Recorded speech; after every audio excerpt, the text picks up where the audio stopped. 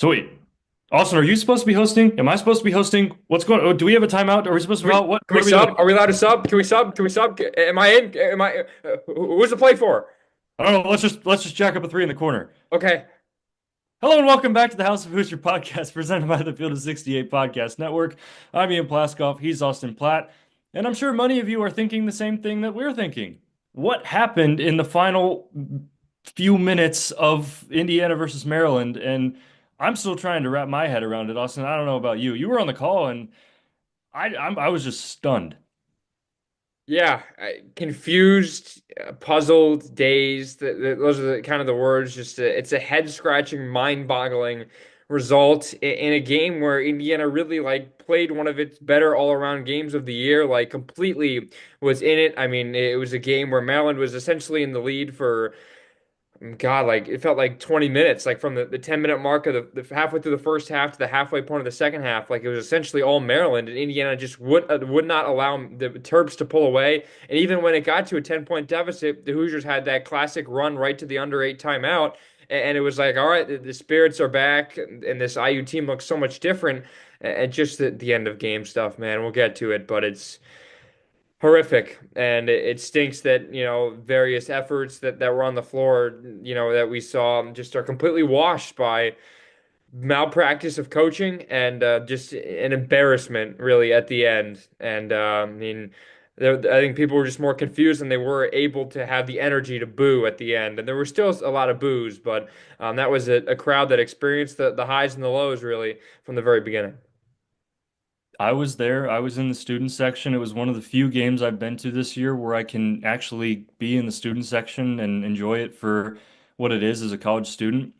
And that was some of the most fun I've had at an IU basketball game. From like there were a couple segments from, going into the under eight in the second half and then, the eight to the four in the second half. There were some segments in the first half as well. It was an absolute blast. I mean, the first 4 minutes of the game was energetic. It was great. The students there were actually pretty pleasant. I'm not gonna lie. There wasn't much complaining going on. I didn't even hear too many boos at the beginning when they announced Mike Woodson. Um, and it just sucks. It really does that game is ruined by late game execution, like you said. I mean, it was the loudest I've heard Assembly Hall in a long time. Like when Anthony Leal made that putback layup, the and one layup, both of them actually, and when Indiana started knocking down threes when they were playing great defense, it felt like the good old days, with Trace Jackson Davis and it felt like that. Um, and yeah, it just completely went away in the end of the game. But here's what I want to do.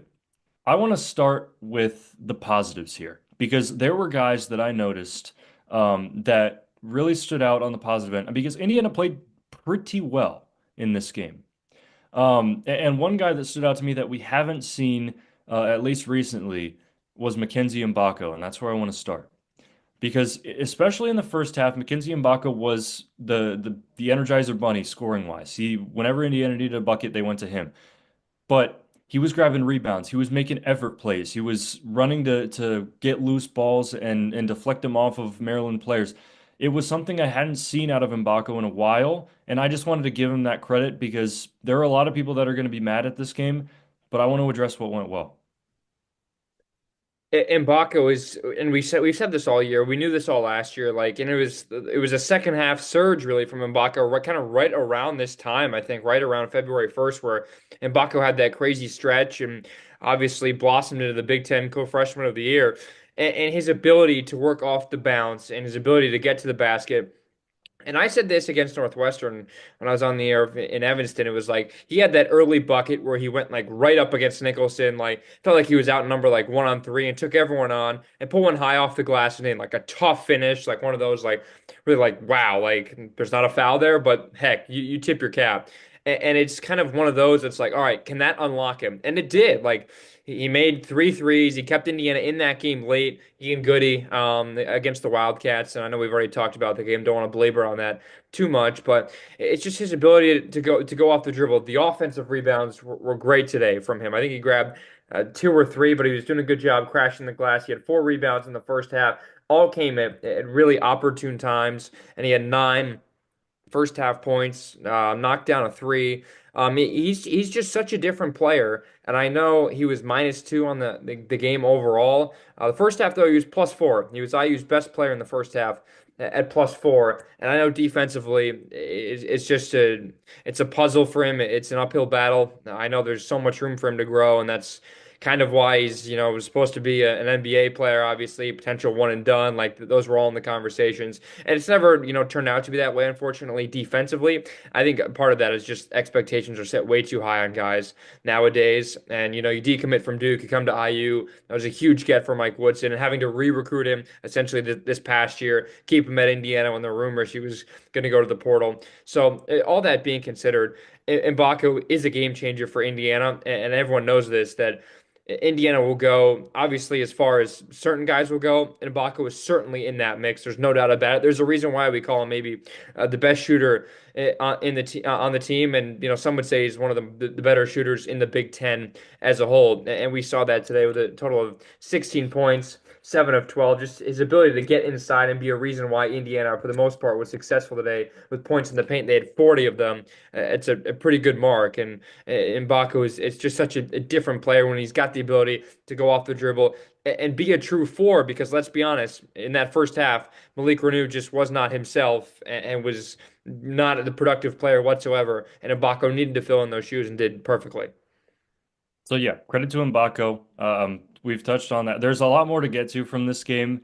And as we go through the positives here, I mean the usuals. Ballo was Ballo. He did what he needed to do, and he could only do what he could do when he was on the floor. Whatever. But uh, same guys, Leal and Goody always taking the leadership roles. Those guys feel like the guys that consistently show good levels of effort and care and passion. I mean, Anthony Leal was screaming on the floor. He was throwing the basketball up in celebration. He was getting the fans into it. Goody was right there with him. But like we've said all year, and in past times as well, every game feels like the Anthony Leal game whenever Anthony Leal makes an impact. That is the Anthony Leal game. And this is another way that this game just sucks that it ruined it because Anthony Leal down the stretch was huge.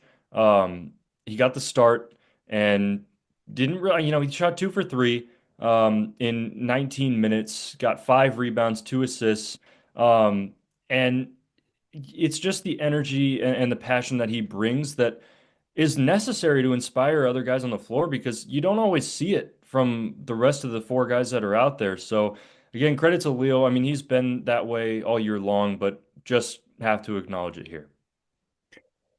It really stinks. This loss, I felt the most bad for Anthony Leal. And I usually feel bad for Anthony Leal anyway, just because, we said it all year. Bloomington guy, fifth year, had no business whatsoever coming back for an extra year. I'd already graduated from Kelly.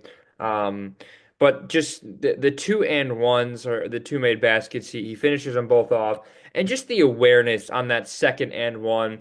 I didn't even like it. I didn't really get it until the replay. I saw the replay and it was like Leal is already going to crash the offensive glass, thinking that Malik Renew is going to go up with the shot with his signature lefty hook shot, like he's going to go up with it. And I think Leal is just trying to go for a rebound, then realizes, oh, Renew has a dead dribble. He's got nowhere to go, and he yells something, or just the footsteps is what Renew hears, and somehow he's got the ability to hand it off to him, and then Leal does the rest with his left hand, offhand, a tough shot off the glass.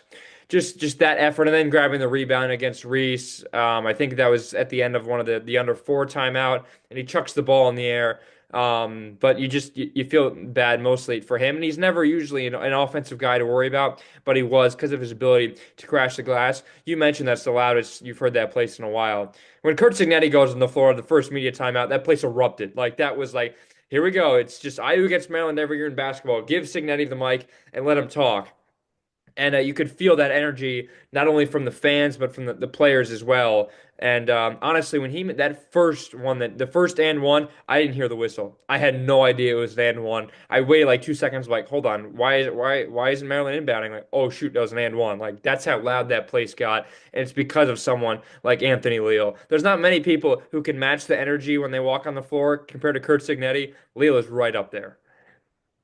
I was when I was looking at Signetti and the football team, well, they had the intro video playing, and I thought that was just going to be like, hey, buy season tickets next year, We thought whatever. so too, yeah. And then they start walking out on the floor, and I'm like, okay, they're just gonna announce, hey, congrats on the successful season. And then I see a microphone in the hand of Kurt Signetti, and I'm like, oh boy, it's about to go down because you think back to last year against Maryland, same thing happened, and that was the famous intro speech from the head guy on the gridiron. So, yeah, that was what really got things started. After that timeout, it felt like Indiana was pretty successful. And then I bookmarked this into my head. The 10-minute mark of the first half, when Mike Woodson took out Mgbako and took out uh, Renew maybe, put in Galloway and Carlisle. It was Galloway, Carlisle, Leal, Goody, and Ballo, I believe. And I went over to my friend. I said, "Hey, this is not a good lineup. This is not going to work." And then all of a sudden, Indiana was down by 6 or whatever it was. Now, credit to Indiana for getting back at the end of that first half, but it's things like that where you take out, like Mgbako was making every shot he was taking. He wasn't in foul trouble. I think it was Renew that came out with him. Renew was struggling a little bit, but it was the auto bench, the two foul auto bench with Renew. And it's things like that that really frustrate me. And oh, you know what? No, it was Miles Rice that came off the floor. It was Mgbako and Rice. And when you take off your two offensive catalysts and put in guys that aren't really threats to score against a good defensive lineup that Maryland had out there, it's not necessarily a good look. And that lost Indiana all the momentum it gained after that timeout. So that was when I bookmarked in my head. Yeah, the 11:33 was when, actually, I have this wrong. 13:38 is when Rice came out. And then the 10:38 mark was when Renew and Mgbako came out. So you're right. It was at that juncture, like halfway through the first half, when Leal came in and Ballo came in, and Mgbako was feeling it, and it was like, all right. And there were the auto bench stinks because that happened with Goody too. And then he came back. I think when he got a second foul, I think it was free throws. I think he stayed in. So it's just like, where's the consistency there? And you have someone in Mgbako. I don't know how many fouls Mgbako had in this game. I know just he really One. wasn't in it for the second half. He only had one foul, and so kind of keeping you know Goody on the floor and taking Mgbako out, it was kind of a little confusing, especially when Goody had two fouls late and Mgbako didn't. You're right. So taking Mgbako out was a mistake, and that first half. The rest of that first half it kind of dictated because in the first frame, Mgbako played 17 minutes, but for that 3 minute stretch when he was out, it was bad. Yeah, and I mean, you take your offensive catalyst on the floor. You look at like Umar Ballo played 39 minutes. Like and Mgbako played 28. Like you should, if you're leaving Ballo in, if there's any guy to not play the whole game, it's probably going to be Ballo, at least from a conditioning standpoint. Um, so that makes it even worse for me. Um, I'm a big proponent of leaving your best players in, and Mgbako, he was what got Indiana back into it in the second half. He was what got Indiana out to its lead in the first half, kept Indiana afloat in that first segment, really commanded the whole game offensively. And then as soon as they took him out, and you have guys like Galloway and Leal and Carlisle who are not really threats to create a strong offensive lineup, it really makes it easy on the defensive end for Maryland. And then they started to bring in that 2-3 zone and in the second half, and that it was like a little bit of what Kenny Payne said last year when Mike Woodson brought on the 2-3 zone at Louisville. It was just trouble. It was trouble. Yeah, it's for some reason it's just this entire year the halftime adjustments have just been puzzling to say the least. And the matchup was interesting with the two bigs down low because early on, it's what we expected. It was Ballo on Reese and then Queen on Renew, at least defensively. And then it kind of switched, and Indiana was switching a little bit off of screens, which was an improvement from Northwestern when they weren't switching and just leaving guys open. But it didn't work out. And to start the second half, I mean it wasn't a terrible start for IU, but they just could never take the lead. I mean, it was just like you just when you're not able to take the lead, it's tough to garner the momentum. And it's tough to keep yourselves in it. But thankfully, I think Maryland turned the ball over a little bit more in the second half, and Indiana's bench really provided. And having Goody on the floor obviously made a big difference. And Galloway came on as well and made a little bit of an impact. He had 5 assists, which was really good to see, and kind of right where he's at season average. But it just so much of it was just a dogfight. Like Indiana was tired. Like both teams were tired. This was a physical game. And the start of the second was like, all right, kind of just felt like two media timeouts. Like, all right, it's kind of just a wash. And it's like, all right, this is where the game's going to be decided after the under 12 timeout. And we were right. Yeah, I said as the second half was starting, I got asked like what do you think is going to happen in terms of runs in the second half? And I said that no team was going to get up by more than 7. And that was immediately broken when Maryland went on that little run, but Indiana got right back in it. This was a physical game at times. It was back and forth from the first segment to the last. And this just felt like a true Big Ten game. And I liked the fight that Indiana showed. Like we keep going back to this, but Indiana played a really solid game of basketball for 39 minutes and 30 seconds. Like we've talked all year about can Indiana complete a full 40-minute game of basketball? Can they we go, maybe they just need 35, maybe they just need 36, maybe 37. But today they needed the full 40 and they just didn't have it. The last 30 seconds or so, it was just brutal. I mean, the late game execution. But again, I'm going to give credit to this team for the first 39 minutes and 30 seconds because they fought, they stayed, even when Maryland went on a run. Indiana didn't give up like they do at points in the Big Ten season and, take everybody out and give up on defense and go down by 25. They got right back in it and took the lead. They just it was, I we could the Mike Woodson conversation is going to happen uh, with this game because the players played well. The players did what they were supposed to do, and then until the very end, that was when the coaching just kind of failed them. I've been on the more optimistic side of I'm going to give Mike Woodson the benefit of the doubt until I feel like he doesn't deserve it. And today, coming out of that timeout, I mean, you saw how we started this intro for the podcast today. That's how it felt. Like coming out of that final timeout, you should have, as Bill Rafter says, you should have the puppies organized. And Indiana did not. It was just complete commotion on the sideline, and they end up, throwing the game away. But again, 39 minutes and 30 seconds. Very happy with what Indiana did.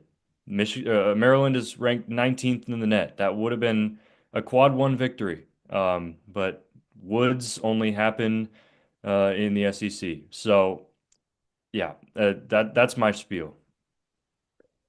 Even like that one time when Bala was like rolling on the floor and grabbed that ball from Reese. I believe that's in the first half. That was in I think the first half where I think it's a defensive board or I don't know what it was. Regardless, but Bala was literally rolling on the ground and grabbed the ball away from Reese, and then I think there was a foul after that or immediately after, whatever it was. But it was like, all right, seeing Umar Bala like diving on the ground, like that's the effort we saw, and you're right about the fans, and I thought the fans today were great. Like it's tough to in one of these games when you're just always down and you can't get the stop and the score combo you need just to take the lead because just seeing that is so much of a difference for the fans. And we've been in that position before where it's like, all right, once you take the lead, then the crowd really gets into it. Unless you're getting blown out and you go like on a little 10-0 run to give yourself hope. But that was never kind of the story in this one. It was just teams punching at each other. Like this was a heavyweight fight in all seriousness, especially with all the mass out there with the four bigs and how well they play. But it's one of those where the fans made a big difference and just they lifted the spirits for IU in this game, and you could tell just that, and it's because of the effort. Like that's all it's been about this year. It's like it's just the effort. And I will say this year compared to previous years, When teams go on that opposing 7-0 run and they go up by 10 with 10 minutes to go, Indiana folds. And we knew with Maryland, their five starters came in, all averaging in double figures. The 83 points a game, one of the better Maryland offenses, honestly, in program history. They are on pace to score more points than they did in that 2002 national championship team. Not going to mention that year again for obvious reasons. But like we knew IU's like you're gonna have to score with them. You're gonna have to score and keep up with Maryland, and you're gonna have to try and slow them down in some way. And you did that. Derek Queen only had 7 points, and he was for the most part outmatched. And that's just a byproduct because, as I said on the air, Indiana is one of the few teams that can match up with Maryland, and vice versa. We saw what happened with Maryland against Illinois. They ran the Illini off the floor in the second half because of the bigs, and they pushed the pace, and they just focused on points in the paint. They had 62 points in the paint against Illinois. In this game, they had 30. So, I mean, just the difference there. But it's the effort is the only thing that I think Indiana fans have truly wanted to see. And sure, the shot selection was bad, but before that, the catastrophe at the very end, there was no booing. Like you go down by 10 points, there was no booing at that point. Like that's happened earlier this year. That didn't happen in this game. I don't know what it is now. I don't know if it's just like college football is officially over, like we're on to college basketball, like you have nothing else to watch or root for or whatever. And baseball season isn't quite here yet, but it's just like the effort was there today, and you're right. For 39 minutes and 35 seconds, it was there. And it just at the end, just a disaster. We'll get to it, but I mean, the effort was there. Like there are some positives we can take away from this game, and even previous games where it's like, all right, this team is definitely different, and they should because they're more talented, and they should win a game like this when you're up by four with 30 seconds left. If there's one thing about Indiana basketball fans, it's that they're always going to care about this program. The booing is just a byproduct of caring for this program and wanting it to be successful. And when I walked in to Assembly Hall today, we're recording this the night of after the game. When I walked in, the student section was relatively empty. It was about halfway, two-thirds full, and then it filled up. And I was pleasantly surprised. When they announced Mike Woodson on the intros, there was a little bit of booing, but it was, it's what happens. And then the game starts, and it is a classic Assembly Hall atmosphere. It was loud, it was raucous. The players were feeding off the fans were feeding off the players. It was loud, the effort was there, and there's nothing more that Indiana basketball fans love than seeing effort and success on the basketball court. And it was feeling great. Like I said, it was some of the most fun I've had in Assembly Hall since I've been here and for growing up even. Like that was one of the more fun games I've been to. But you go to the final 30 seconds. I mean, 39 minutes, 35 seconds of great basketball. You go to the final 25-ish seconds, and that happens. And the only thing that I remember from that is fireworks and chants breaking out, boos breaking out, everything that was built up, all the momentum that was built up among the fan base of, hey, there might be some hope left in this program. Let's keep cheering this team on. Let's try and will them to some wins. All gone with 25 seconds of gameplay. Firewoods and chants as you walk out the door. Everybody's, frustrated and talking about, oh, this team sucks and whatever. Everything that happened in the first 39, 35 completely washed away. That's what stinks.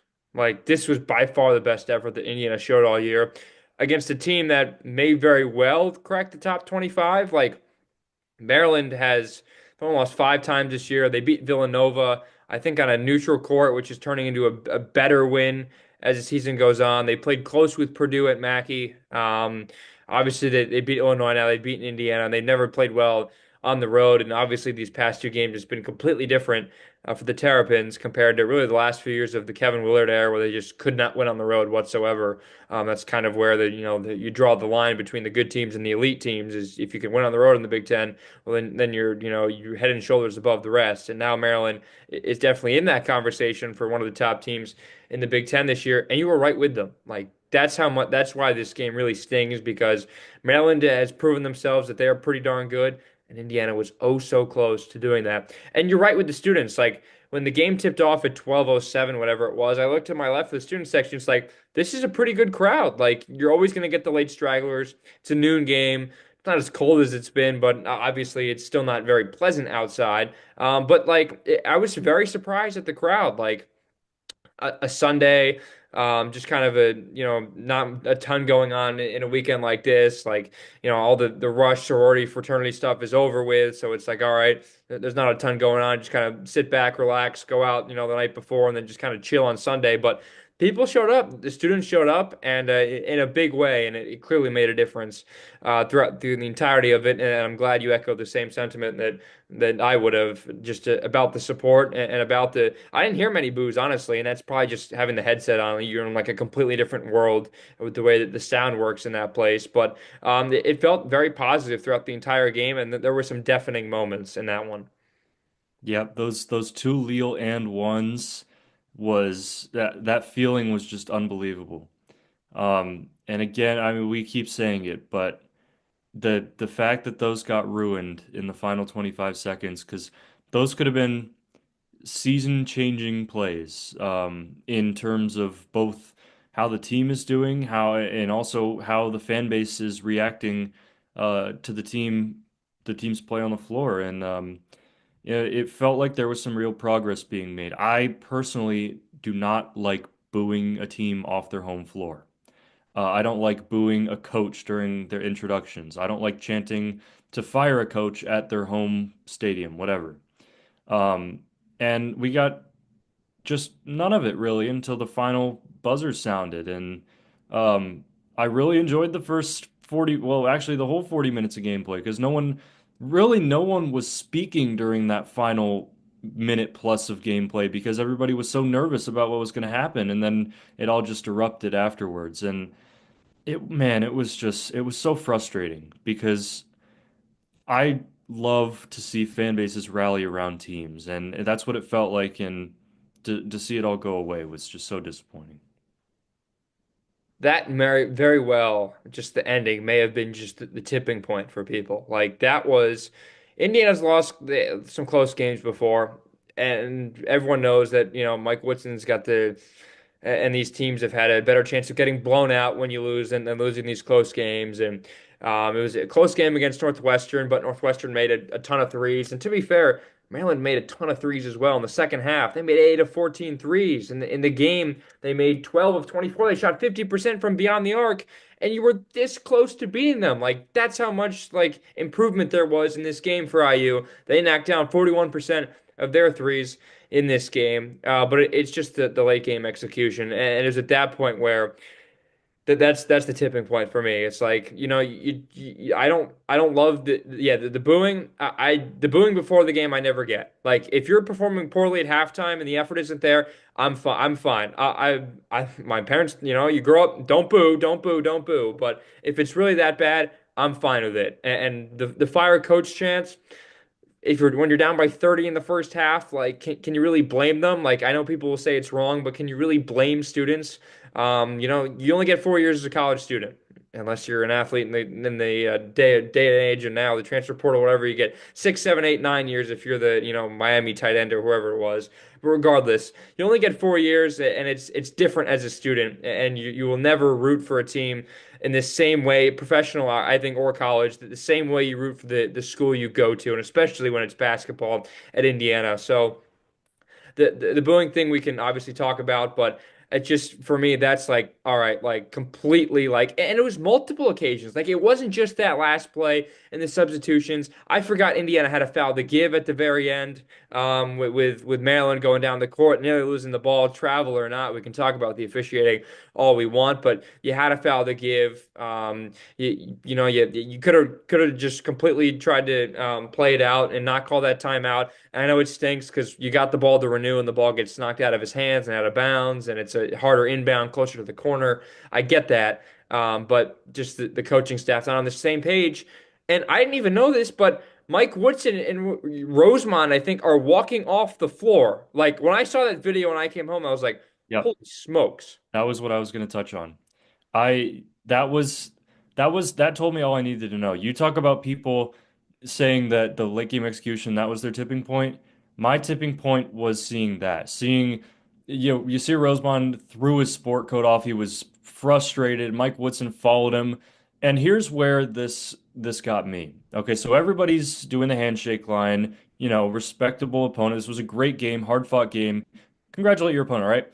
You see your head coach and one of your top assistants walking off the floor, and you have one of your players turning them around and saying, "No, we go shake hands here. Go back to the handshake line." Like that tells you all you need to know about the leadership structure of what's going on with this team. Like, sure, you can be frustrated, but show a little bit of a respect to your opponent. Like, especially when you got outcoached in the final minute plus. Like, that was not I hated to see that. Like Luke Goody should not have to turn his head coach around and say go shake hands with the other team. Like that's terrible. Do I give credit to Goody for that? I do because he's a great leader and he has been all season long. But especially when you're getting out coached, you can be mad all you want, but save that frustration for the locker room. Go represent your program with a little bit of pride and shake the other team's hand. And then when you get to the locker room, you can be mad all you want, but especially in front of 15,000 people, a bunch of cameras and social media as well, it's a terrible look to just walk off the floor in frustration like that. You can run, but you can't hide this day and age. And Mike Woodson certainly didn't run off the floor. We've never seen him do that. But he tried his best to get out of there as soon as possible. And you're just not going to hide from your own team and all that. And that's an embarrassing look. Like that's one of the lows. And Mike Woodson getting ejected last year in the Big Ten tournament in Minneapolis was a low, just completely waving the white flag himself and saying, "I've had enough of this." That's really bad when your team's getting blown out. But when you lose a close game like this, like show some respect to yourself. Like the program is obviously one thing, and this is, Woodson obviously had great 4 years as a player, probably maybe deserved a national championship. I know he was on the wrong side both ways, but respect yourself. Like how are you going to gain any respect for yourself by anyone else, let alone for the program? By just trying to walk off and I know that the coaches were yelling at each other, not fouling. I think Rosemond was mad about that. You got Renew and Galloway screaming at each other about a three earlier on, which two guys who are now in years 3 and 4, respectively, as Woodson as coach is a terrible look as well. But that's embarrassing. That is flat out embarrassing. Cannot happen. And Mike Woodson before, like he's blaming coaches, for when he doesn't know how many timeouts there are. Like he said once, I think his first year, like, "Oh, my assistants have to remind me that I'm not in the NBA. I have, only 4 timeouts, and I got to use one of them before the half." Like this should not happen. And unfortunately, we've heard other stories of the assistant coaches and Woodson getting into it. I'm not going to say, I don't, it's not my job to air out things that have already been said, considering we don't know the validity of them, but we're hearing rumors that things have happened before between Mike Woodson and his assistant coaches. It's a coaching, it's an entire coaching staff. I've said this for a while. It's not just Woodson. The entire program has taken a huge step back because of the hires, because some of the players that have represented the university and because of the coaches as well. It's, as Woodson would say, a total team effort, and the entire coaching staff needs to get over that imaginary hump, however damn tall it is now at this point, whether it's like 3 camels stacked on top of each other, if that's how large the hump is. It's a coaching staff. You have to figure it out. You can't be yelling at each other. And Rosemond, you should not be throwing your sport coat on the ground. You're frustrated, but contain yourself. You're right. Once you that door shuts and you get to the locker room, do whatever you want. Punch a hole in the wall, throw your water bottle. I think I forget, someone did that yesterday. It was in one of the big games on Saturday. Someone threw their water bottle. They had to clean it up. I think maybe in the Kansas game or whatever it was, Kansas Houston. Regardless, someone threw their water bottle. I think it was actually Rick Barnes in the Tennessee Auburn game. Like, fine, throw your water bottle, do whatever you want. Don't rip your sport coat off. Like, wait till you get to the locker room, then do whatever the hell you want. But respect yourself and respect the program and go on that line and shake hands. It takes 30 seconds and then you can get off the floor. This was another thing that stood out to me. We'll get to breaking down whatever happened during the game, but this was another thing after the game. And I didn't get the chance to watch the full press conference yet, but I saw some of the quotes being put out on Twitter. And the level of confusion that the players admitted to, that the coaches admitted to, the level of just not having the wherewithal to come out of that timeout and have a clue what they were doing. Like somebody said they were under the impression that they were supposed to use that foul that they to give. Somebody else was under the impression that they were gonna, whatever. I don't know what it was. There were like four different things that people thought they were supposed to do but didn't do. Um, and that just tells me that, like, what did they do during the timeout? Like, I get Renew got that ball poked away and they had to inbound from a new spot, whatever. But like, you should have a general idea of what you're supposed to do for the final 10 seconds, for the final 30 seconds. You're going back to the other possession. Um, I just, I'm at a loss for words of where that level of confusion is because everything that could have gone wrong went wrong after after they were at four with 38 seconds left. And in that press conference, whatever was uh, posted out of what they said, I just, yeah, I don't know what to make of it. There was so much confusion, and it showed on the court as well. Yeah, I just went to the press conference. I'm like, all right, I'll be a fly on the wall here, see what happens. And you could just tell with Leal, like he was not in there. Like he was there physically, mentally, he was checked out. He was just like it was just he mentioned took the air out of the balloon. It was the same way with Anthony Lee. Like he's one or two times asked the reporter to repeat a question, just like really could not come up with an answer because that's how frustrated he really was, and that shows you how much he really kind of just essentially lost his train of thought and really lost it. But obviously kept his emotions in check. But with Woodson, it's just like the Maryland goes to a zone. You're trying to get a play for Miles Rice, and I saw like the plays that have actually happened this year where kind of it's right at that spot, and you're trying to get the guy around a screen, but you're not catching the ball in the corner. You're catching the ball at the top of the key or like somewhere near the free throw line, like inside the arc. Like obviously, you're never trying to pass the ball to the corner. A short pass to the corner is the worst possible decision, other than to obviously just hand the ball to the other team directly. But I mean, just to have Rice shoot it, like I was genuinely like, did Indiana know they were down by one and not two? Like, you did not need a three. And then as soon as I see Goody, the first guy to run to the table and tap it, I'm like, why is he the guy to come in here? Like, you don't need a three. Fine, I'm okay if you stretch the floor and you take out Renew or Ballo and try and get the look down low and someone cutting to the basket like a Leal, or maybe an Mgbako. But it's like, why is Goody the first one to come off the bench? Okay, what the heck is Mgbako doing? Who the hell is subbing out? Like Balo was going to go off, doesn't go off, does come off in the very end.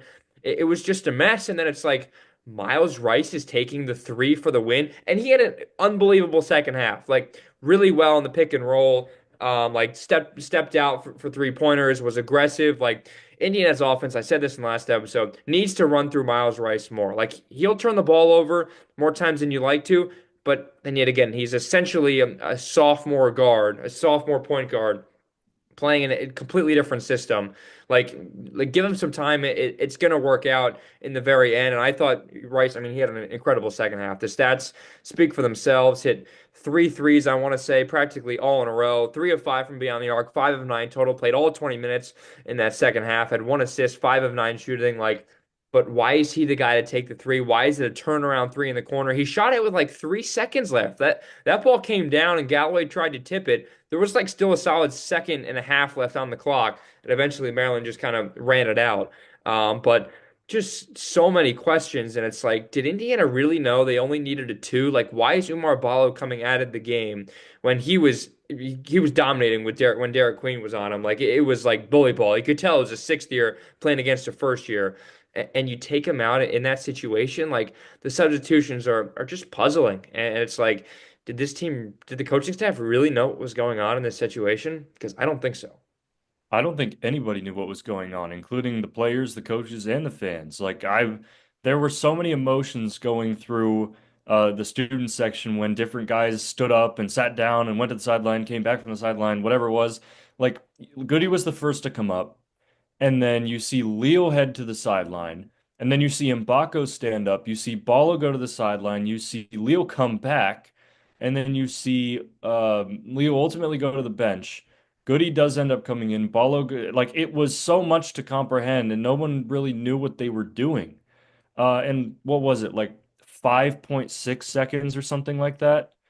Um, Yeah, they had yeah. time. So you're down one with 5.6 seconds left and You look at the baseline for the inbound. I think it was Renew sending the ball in, and there's no movement. Like everybody's just standing still. As when Renew touches the ball, like what's happening here? You see three guys in the corner, like you better not pass it there, and ultimately the ball goes there. And then as when Rice touches the ball, there's what, 5 seconds left. So he tries to corral the ball, get control of it. That takes another second, second and a half. And then the next thing you know, he's turning over the wrong shoulder, putting up a three that falls 7 feet short. And then, like you said, Galloway got a hand on it with like 90 or 1.5 seconds left, and ultimately nothing happened with it. But there was no action. It was just kind of people standing around and waiting for the ball to come to them, and it felt like nobody was ready for that ball to come into the corner. Because nobody was ready to be on the floor. Like, I don't know if that lineup practiced anything. I don't know if that lineup knew they were supposed to be together at that time. Yeah, just so many questions that we really didn't get the answer to, and I don't think we will. I'll give credit to Miles Rice in the post-game press conference. He took the high road and said he admitted like he did not know like really what the play was. Like there was just a ton of confusion. Like he didn't know who was supposed to be on the floor. He all he knew is like he was supposed to take the final shot. It was the ball was supposed to be in his hands. That he knew, and he said it's on me as the point guard to figure out who's on the floor and what's going on. And obviously to obviously it goes without saying you got to take the better shot in that situation and take a higher percentage shot. But like Mgbako and Goody you bring on, and they're standing on the short side. They're never getting the ball because Galloway is under the backboard. You're never making that pass because you're more likely to hit the bottom of the backboard than anything else. And they're just standing there. They're like, there's no motion whatsoever. They're trying to set a screen for Rice in the corner. Woodson said he was expecting a switch, like they with the zone, the Maryland's going to switch, and you're going to get the big on Rice, and that's the matchup you want. But I just don't get it. It's unbelievable. It is just. I don't even know what Kevin Willard said afterwards. I'm curious to see what he said. Like Brad Underwood said when he was asked about the offensive rebounds, like that's a question for Indiana. Like, how did we get more offensive rebounds than IU? Kevin Willard's asked what did he see go on? He's probably like, I don't know what just happened. Go ask Indiana. They're gonna give you the better answer. And they didn't give us an answer because they also had no idea what was going on. So it's unbelievable. I think coaching wise, that's the tipping point. And there are not many people that will try and defend Mike Woodson for this season, just with the way the team has lost and just not getting the guys ready to play. He got the guys ready to play in this game, and he did against Northwestern. So I'll give him credit in that sense. He won't admit that he's under pressure, but he knows he is, no matter what he wants to say or wants everyone to shut up or people are, the real fans out there.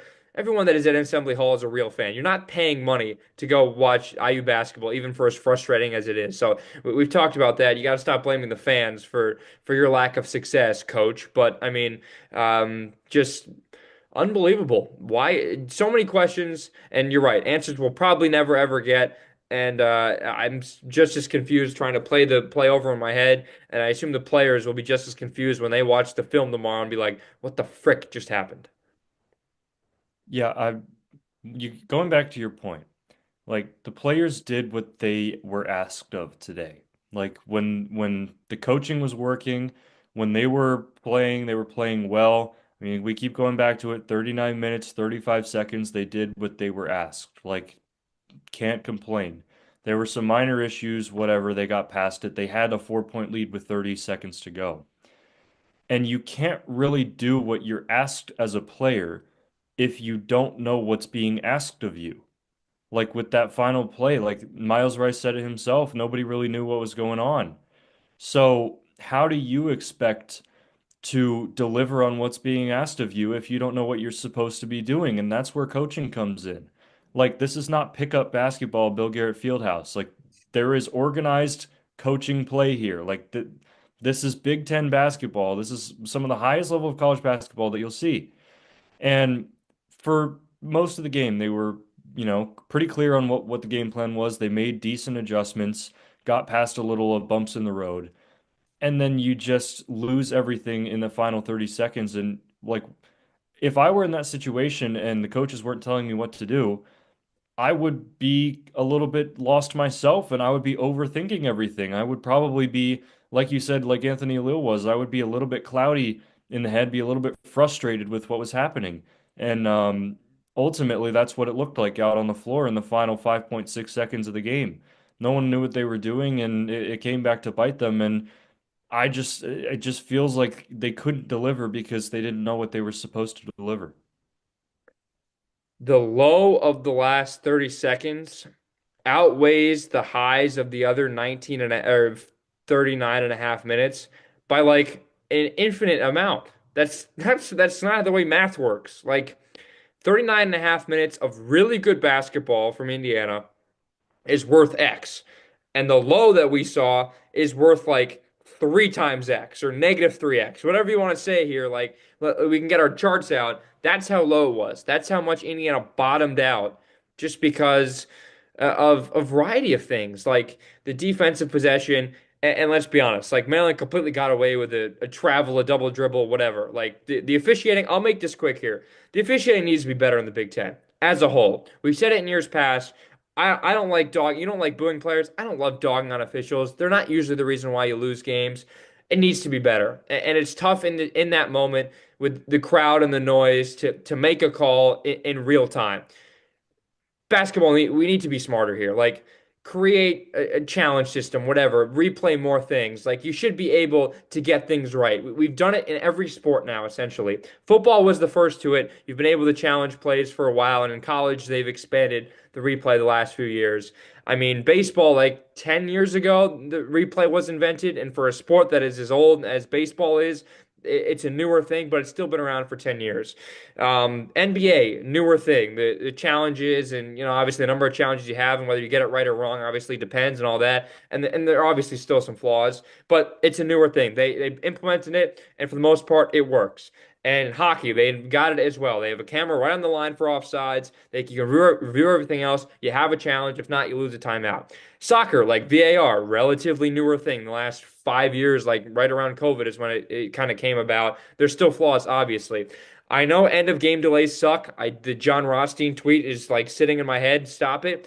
Get it right. Who the heck cares about how long it takes to get a call right? Get the call right. Go to the monitor and figure it out. At the end of games, that should not be happening. That is not the reason why I don't think Indiana lost this game. It's a reason why IU lost, but Indiana had plenty of chances to completely just put that out of your mind. Make a free throw, Trey Galloway, on the 1-and-1 when you're shooting 66% this year. You're a co-captain. It's your fifth year. Kind of like Leal, you had essentially no business coming back for another year. You already put 4 years in the program. You're from Indiana. You'd been a starter and a bench player and done a good job at both of those. Make a free throw. Leal also said, like, someone asked him, like, did the coaching staff say anything about fouling? And he kind of tiptoed around the question. He was like, we just didn't commit or didn't do what we were asked of. We didn't execute whatever it was. I don't know if they were supposed to foul, not supposed to foul. Again, we'll probably never know. But they kind of just took blame for it. But someone's got to get it right. And whether it's the officials or the players, I'll make that quick. The Big Ten, the college basketball needs better officiating altogether. And we've seen it in the Big Ten, and it sucks. It's not the reason why IU lost. I do not want this to be, I'm dumping on the refs, though the only reason why IU lost, obviously not. But Maryland completely got away. And to be fair, I think it was Rodney Rice hit an incredible three. It may have been fouled as well by Ballo. I mean, with Ballo and Renew right in his face, hit a tough three, fading to his right. It's just a tip your cap kind of moment, but the officiating, you can't get away with whatever travel, double dribble, jump step, whatever the heck it was, push off. We can go back to previous games and previous years, but that's kind of I just have to get that off my chest quickly.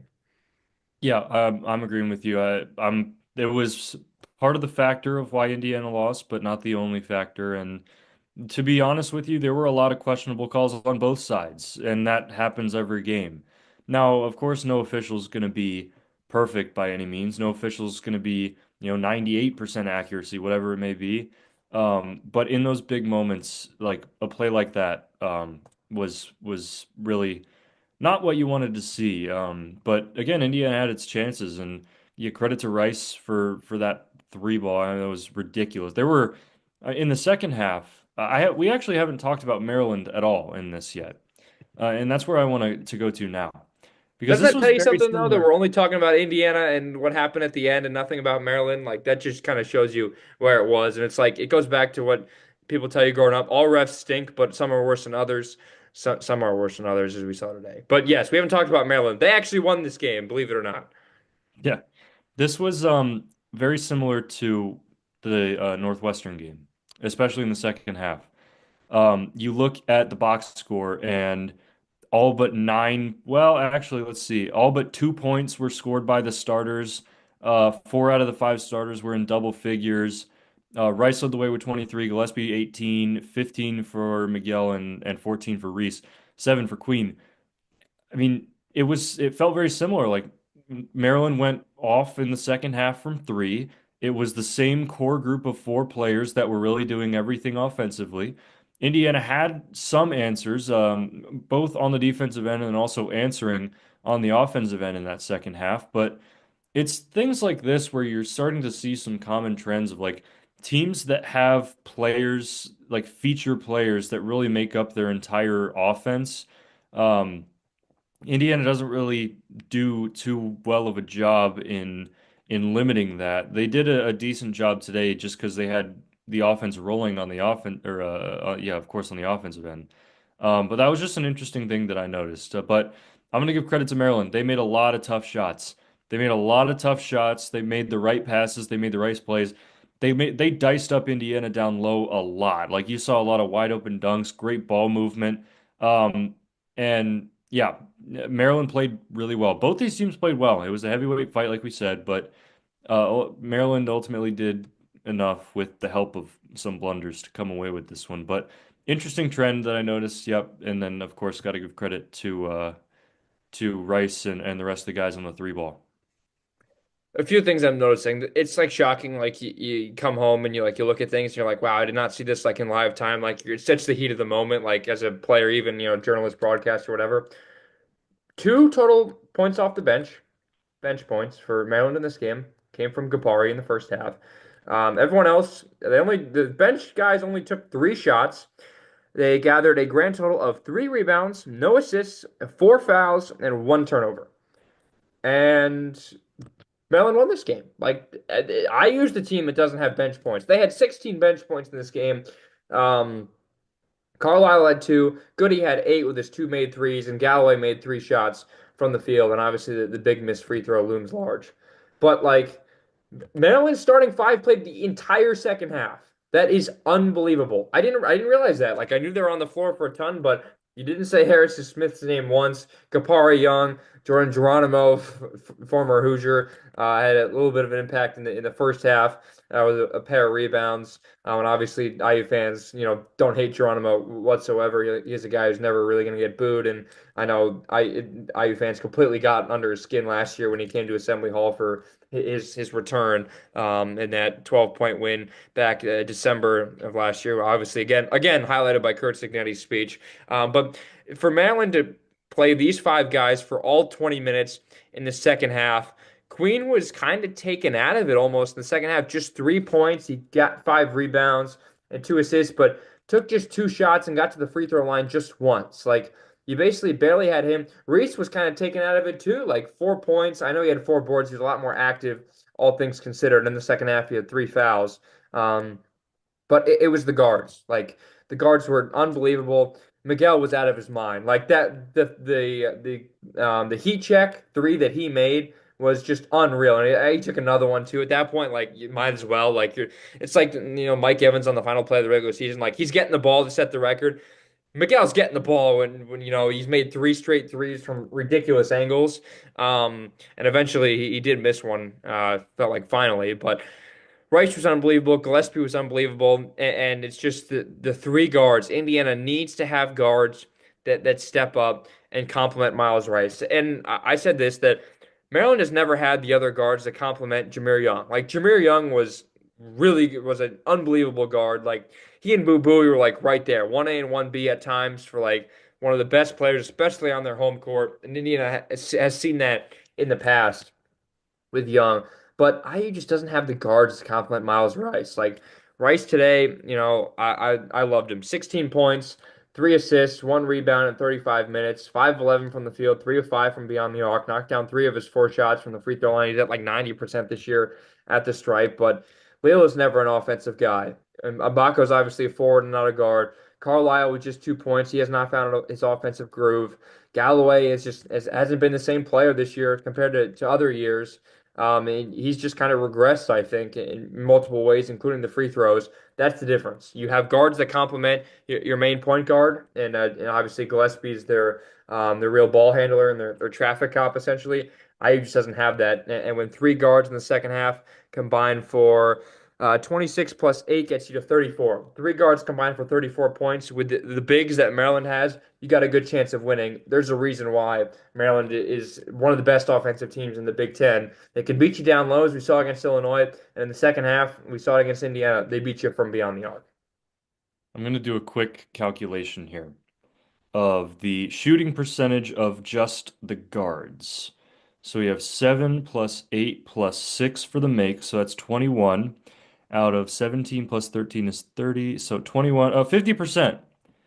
50% shooting from the guards in the second half. And the oh, that wasn't even the second half. Let me check that. In the second half alone, that was on the game. So guards shot 50% on the game for Maryland. 3, 5, and 5, so 13, and then 8, 6, 13 for 21 is Like 66. 61.9%. Basically two-thirds, Yeah. essentially. 14 out of 21 is two-thirds. So Maryland as a team is 16 for 27 in the second half, so that's 59.3%. I mean, it wasn't more that Indiana was playing poor defense. It was more they were just hitting tough shots. Like you saw time and time again, Maryland was getting under 10 seconds in the shot clock. Like they were getting desperate, and then of course in true Assembly Hall fashion, you just see random threes getting made off balance, buzzer beaters, whatever. It feels like it happens every game. But you got to give credit where credit's due, and these guys made shots, and that's what allowed Maryland to pull away. this is a Maryland team that came in top 20 in the country in they move fast. Like they play quick, and Indiana did not let that happen in a game like this. And just like we've seen, especially Ballo at times this year, like Maryland's bigs, especially with Queen, like can get down the court very quickly. Like there are times they went for that pass ahead and they have the easy dunk or whatever when IU isn't set, and vice versa to be fair. But just the ability for IU to slow down Maryland, especially in the paint in the second half, made such a big difference. But just the trouble with ball screens again and leaving guys open for threes, and just for me, the image of Renew just yelling at Galloway, and that's rare because usually it's guys yelling at Renew, especially Mike Woodson. Today it was a little bit different. There were multiple times throughout this game when guys were left wide open for three or left open in the paint for a dunk. And you look down on the court and you just see, like, that was just one example, but I saw guy like Goody was screaming at somebody, Leal was getting into it, was like they were. I mean, it's a good thing that they care so much about playing well in the defensive end. I will, it's not a bad thing necessarily that Renew and Galloway were getting into it because it means they care, which is good. But it also means that you're not executing, which is not good. And yeah, it's for guys that have been in the system for so long, with a coach that prides himself on being a defensive-minded coach. If we hold them under 70, we'll probably have a good chance to whatever it is. Um, if you have guys that have been in that system, they've learned the system, and they're still having the same issues game after game, it's a little bit concerning. And Indiana they've lost 4 out of 5. In those losses, they've given up 85 points, 94 points, 79 points, and 79 points. And they've scored 60, 69, 70, and 78. Like in if Mike Woodson, I mean, he's right. Like if they give up less than 70, they're probably going to win. But they just don't do that, which is the problem. At Ohio State, gave up 77 or gave up 76, able to score 77. You look at recent wins, like USC scored 69, Penn State scored 71, Rutgers 74, Winthrop 68, Chattanooga 65. I'm just going to go down the list here.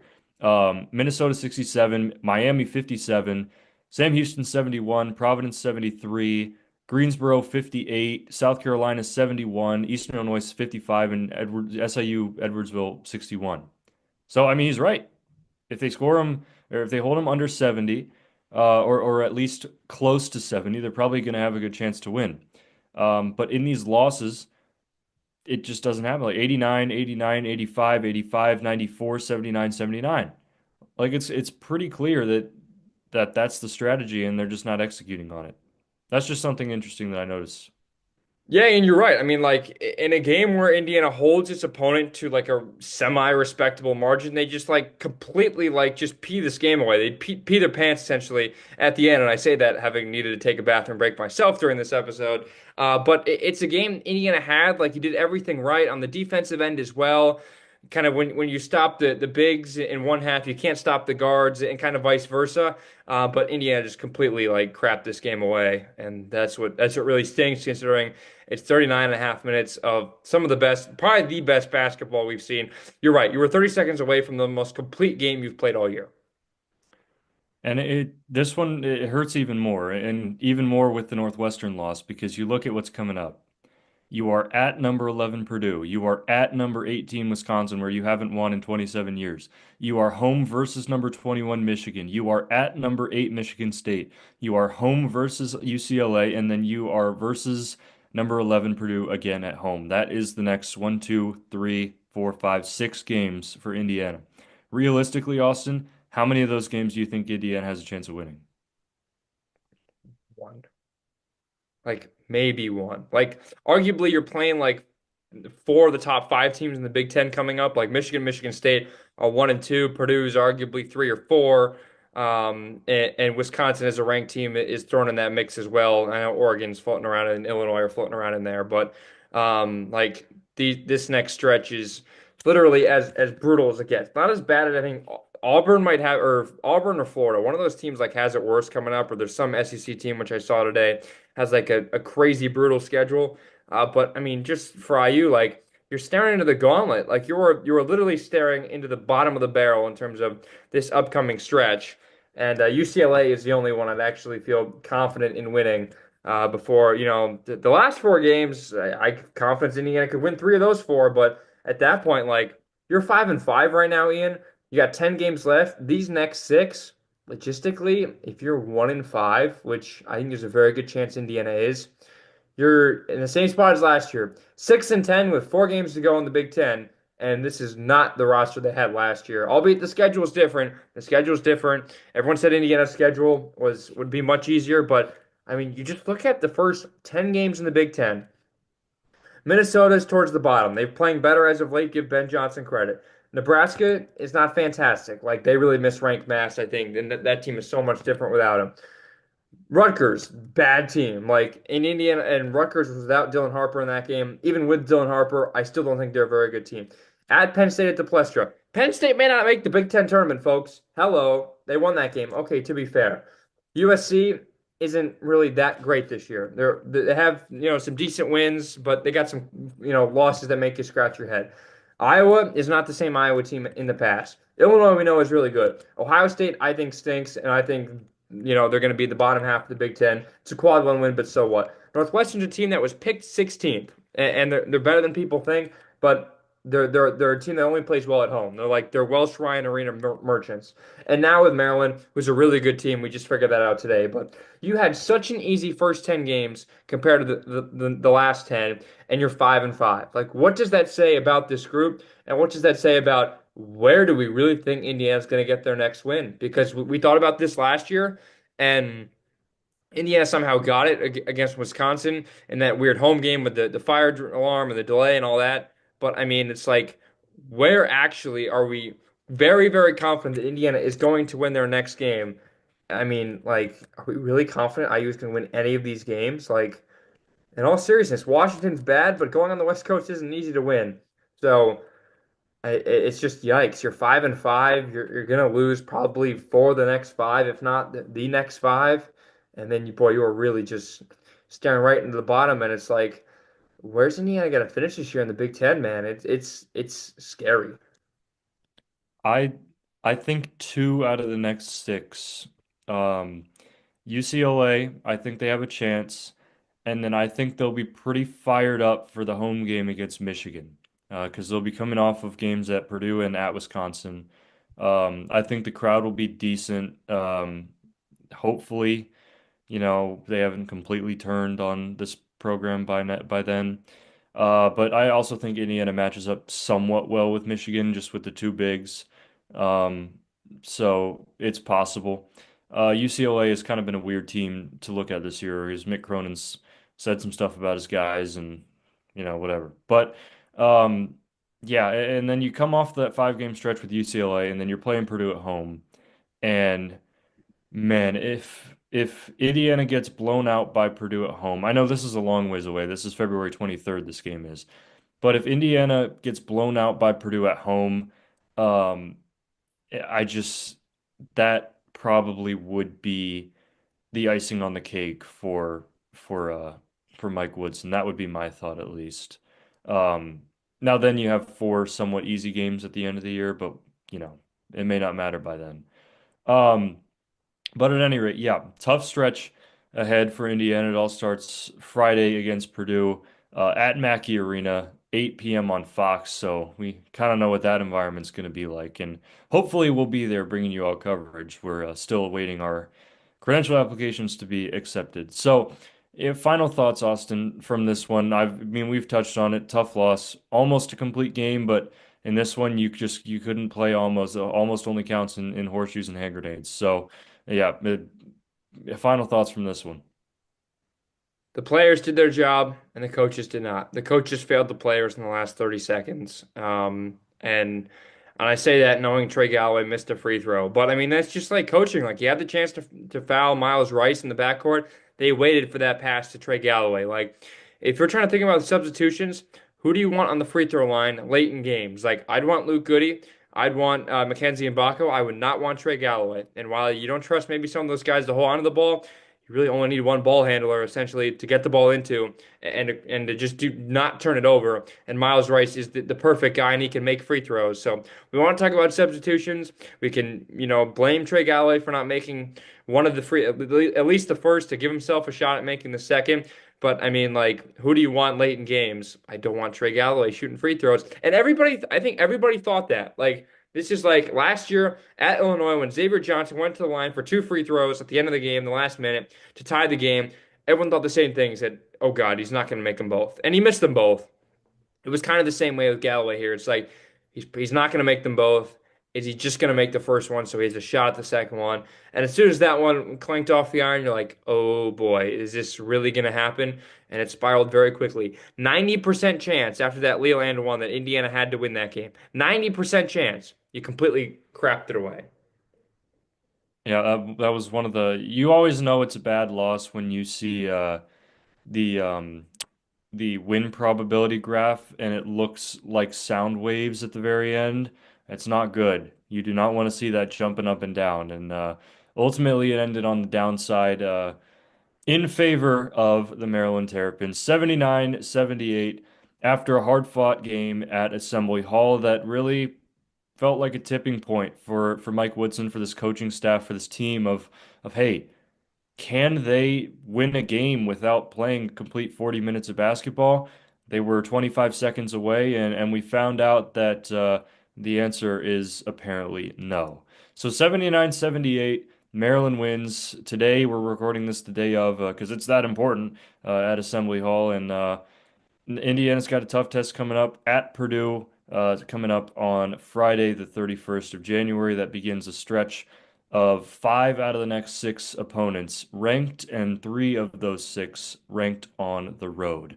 So for Austin, I'm Ian. A disappointing day in Indiana basketball.